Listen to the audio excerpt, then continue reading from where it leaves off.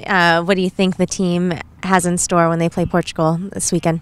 Well, obviously they're going to play a team that's desperate, because for Portugal they got no points and they got a bad goal differential. So for them, 3 points is really important. A tie, might not be enough for them to put them in a position to get there easily. So, I think Portugal is going to really go after it. So as a result of that, it makes the game, maybe not from the opening whistle, but it definitely will open up the game, at some point, whether that's 30 minutes in, 25 minutes in, or the second half, it's going to end up being an open game at some point.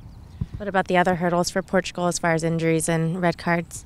Well, obviously they're going to have to make some changes, but, when you have a national team, you should have some quality players in reserve, and it just means other people have to step up. It gives other people an opportunity to shine.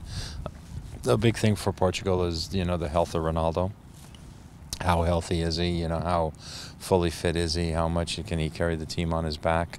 I think Moutinho's play is also very important to them because he's a very important player to their team. Do you know this morning's result? The final of the Italy-Costa Rica, somebody said it was 1-0. So, yeah. So, I mean, what do you make? I mean, I kind of asked before, but now it's not just a good start. I mean, what are you making of Concacaf's performance? I think it just shows that we're not the minnows that everybody thinks we are, and I think that's already proven out when Sven-Goran Eriksson came to coach Mexico, and when he went through qualifying with Mexico and ended up going down to places like playing in Honduras and playing in Costa Rica and El Salvador, and he realized how difficult that is.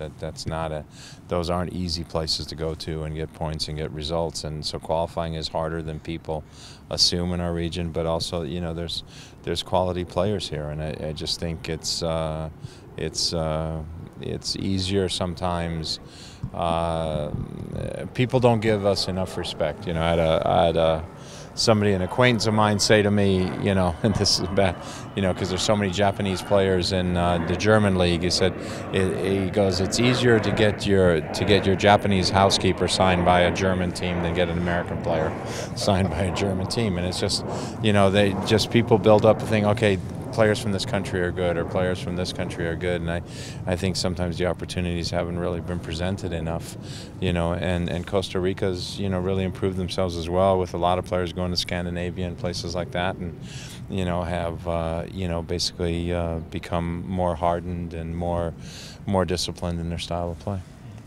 You had mentioned earlier that you jiggled travel arrangements to D.C. so that you, I guess, could watch the game. But do you like the idea that US game, that everybody gets to watch? I mean, do your players benefit by watching soccer at that kind of level? You always benefit every time you watch a game. You see something. Even if you're watching it as a fan, you see something, or you watch a guy do something, or you see where he positions himself. And if you're still a young player, we've got some young players on our team, they should be watching guys who are playing their position and trying to get a feel of what are certain things they do at certain times, and in certain situations. So there's always opportunities to learn.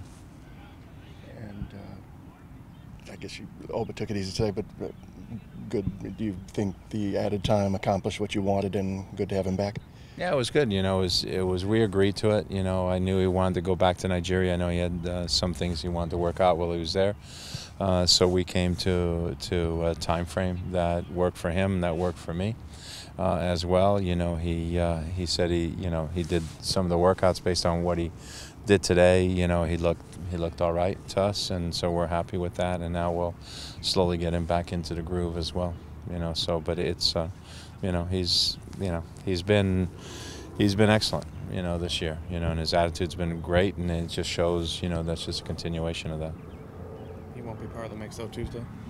We'll see. We'll see. I don't know if he'll be in the starting mix, but depending upon what we see, on Sunday and Monday, it could be somebody that we might put on the bench. You notice a difference in Leo's kind of personality the last few days?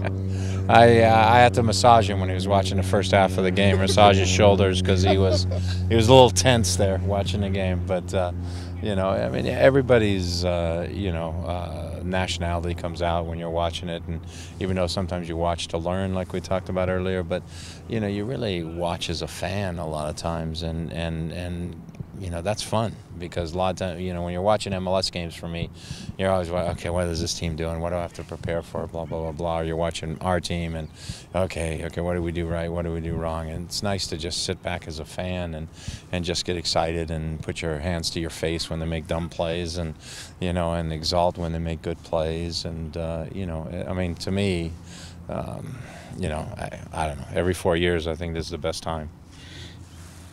You mentioned Tristan had a little bit of a setback, but we've kind of seen him back in training now. How's he kind of coming back? Yeah, it's been all right. You know, doctors have cleared him to come back. If he would have been knocked out like the Uruguayan guy, he'd probably still be. I don't know what the FIFA concussion protocol is, but obviously being knocked out is not very important in that. But, you know, so he's gone through all the stuff. You know, they ramped him up, so he's been cleared to come in and play. Good. Thanks, Coach.